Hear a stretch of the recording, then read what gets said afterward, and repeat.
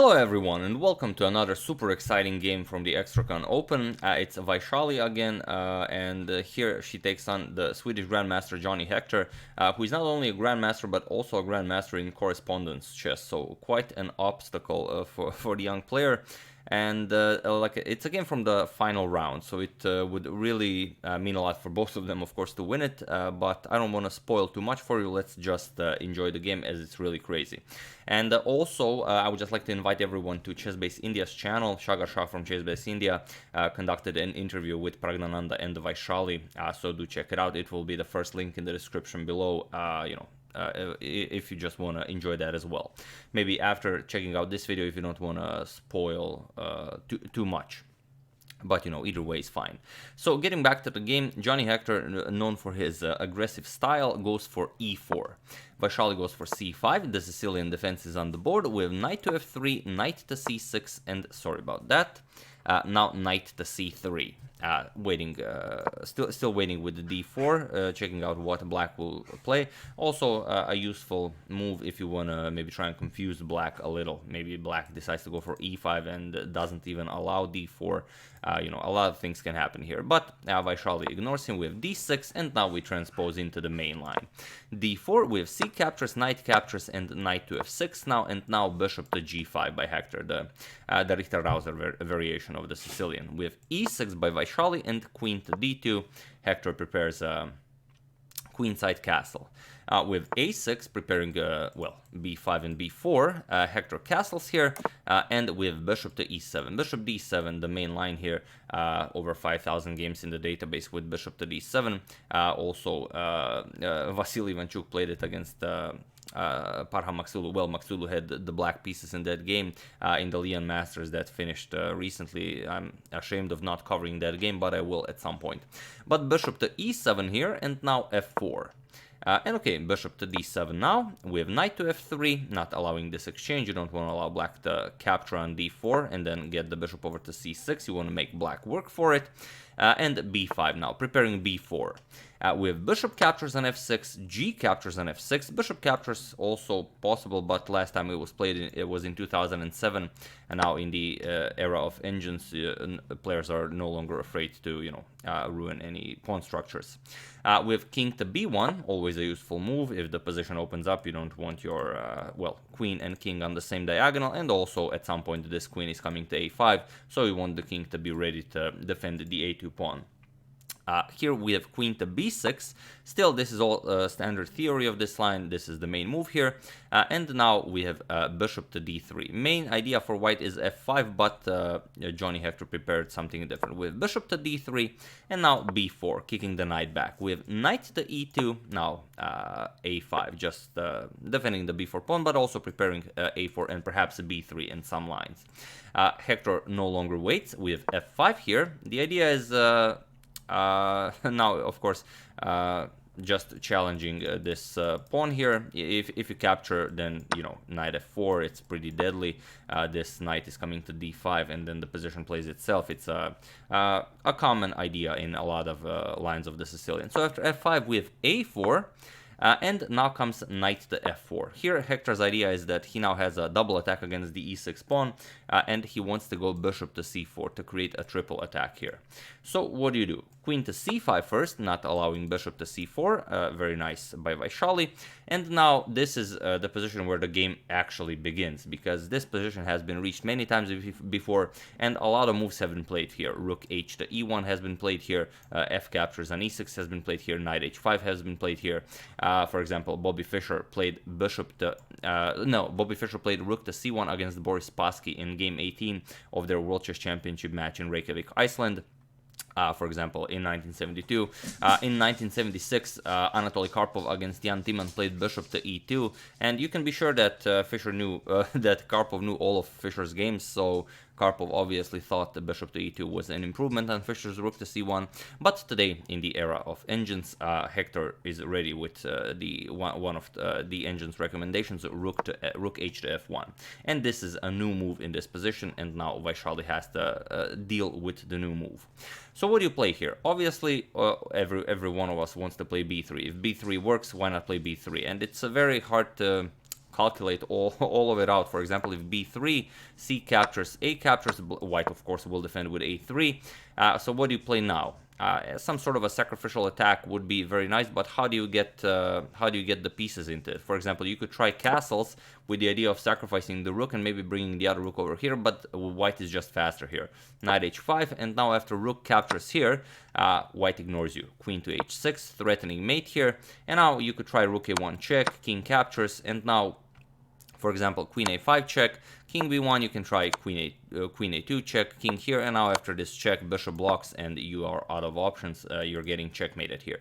On the other hand, after king captures on a1, you could try rook a8 check first and create a defense with the bishop to f8, but still doesn't work. Rook b1, and now if you try bishop to f8, you're getting mated here. Knight captures f6, king h8, and queen captures here.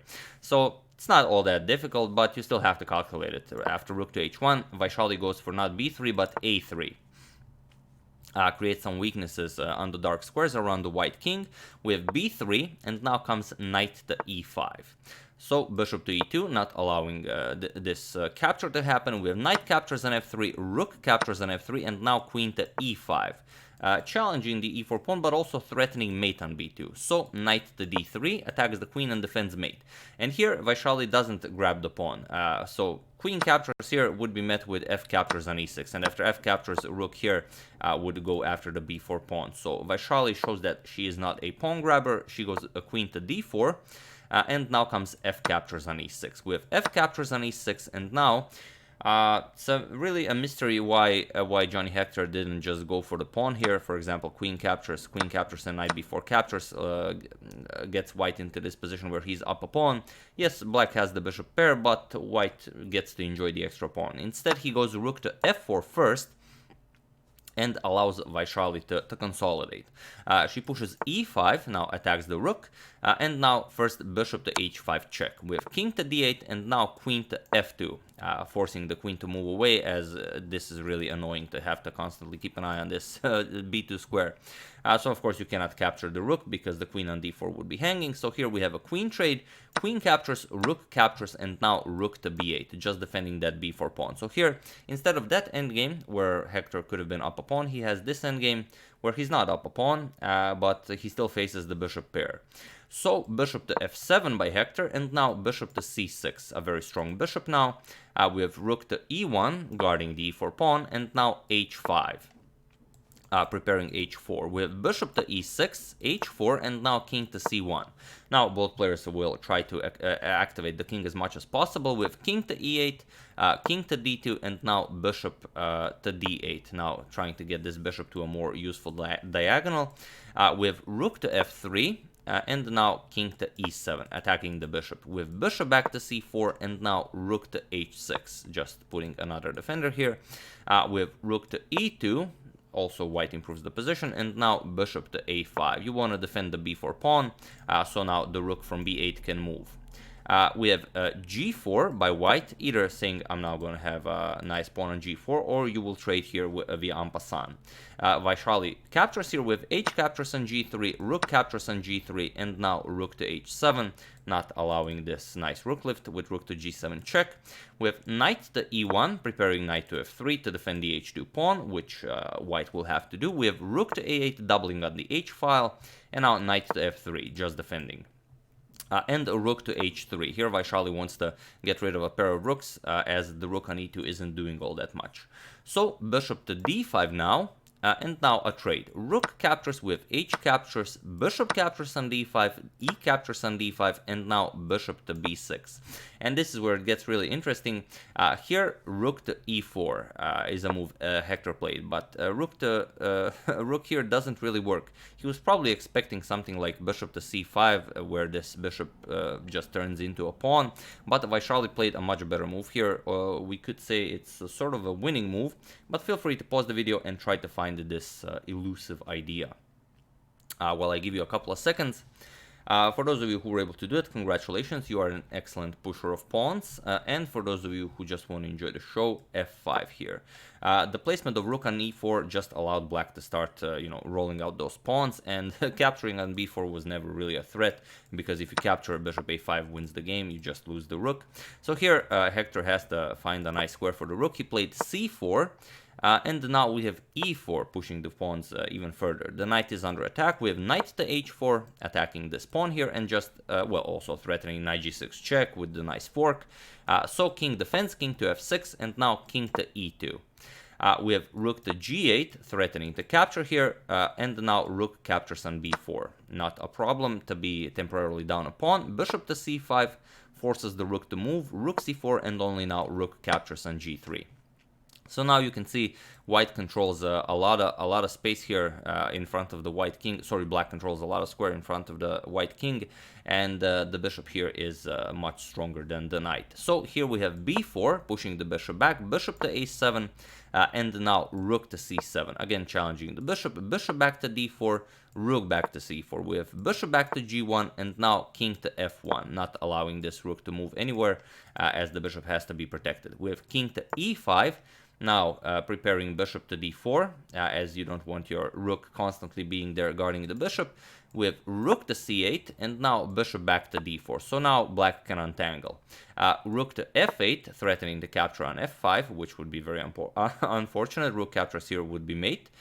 So rook to g5, you have to defend mate, and now c4. So here, white already has a very dangerous pawn structure here. If he starts pushing them, could get very dangerous. King to f4. And okay, we have c5, trying to create a passed pawn.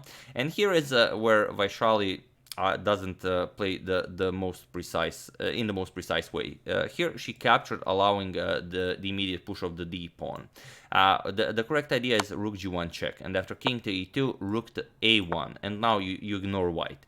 For example, if knight captures on f5, you just play rook captures on a2 with check, king e1, and now bishop to c3 check, let's say king f1, and now you start pushing this pawn, you can move the rook, you can push this pawn, and white doesn't have any decent discoveries.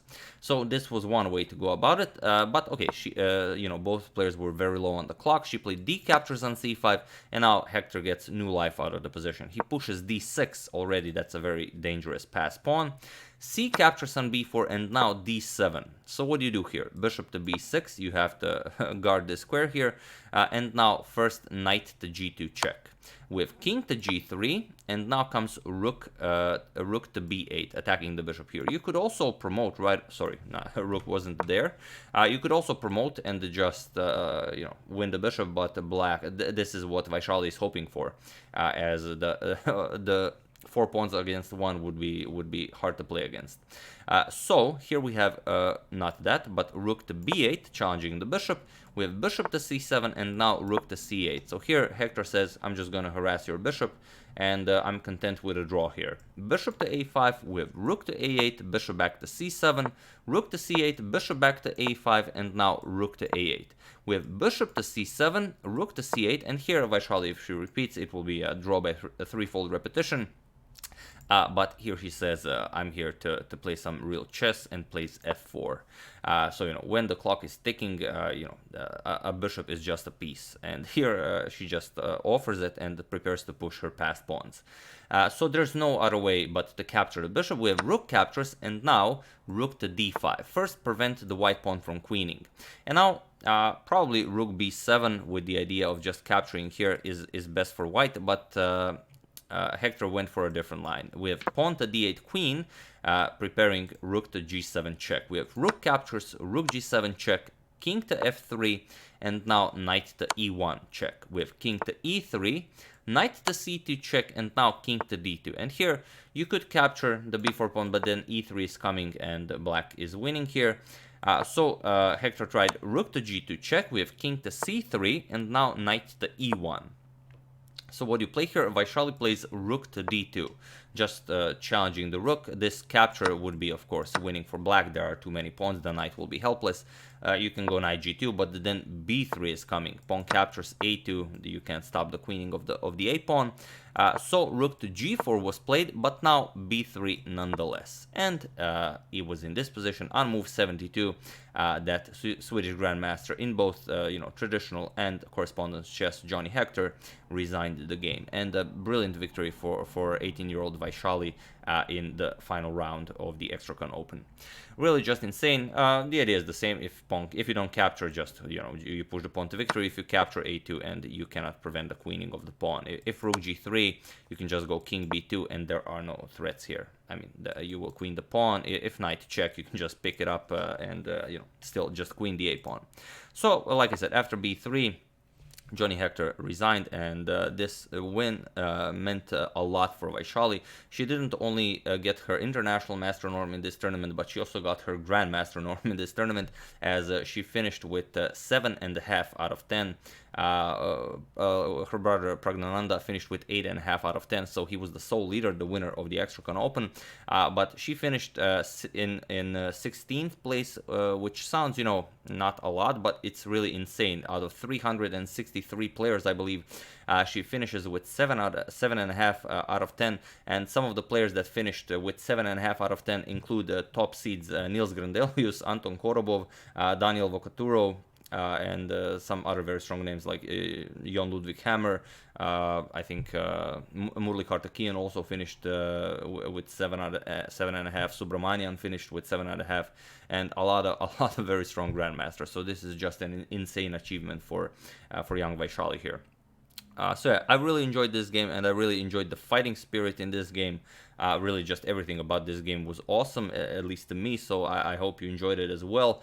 And like I said, do check out the interview by Shagashah with Pragnananda and Vaishali. It will be the first link in the description below. Do check it out and hear their perspective and see their happiness on such a great achievement. Really, India's golden duo at the moment. So yeah, that's the game. I do hope you enjoyed it. I would like to thank David Gale, Shea Orr, Brad Burt, Polak Shlomo, and Ian McCarroll for a contribution to my channel. Thank you a lot. I really appreciate it. As usual, you can check all my previous videos here. Thank you all for watching. I will see you soon with some more, hopefully, interesting content. You know how it goes. So thank you all. I will see you soon, and have an excellent start of your week.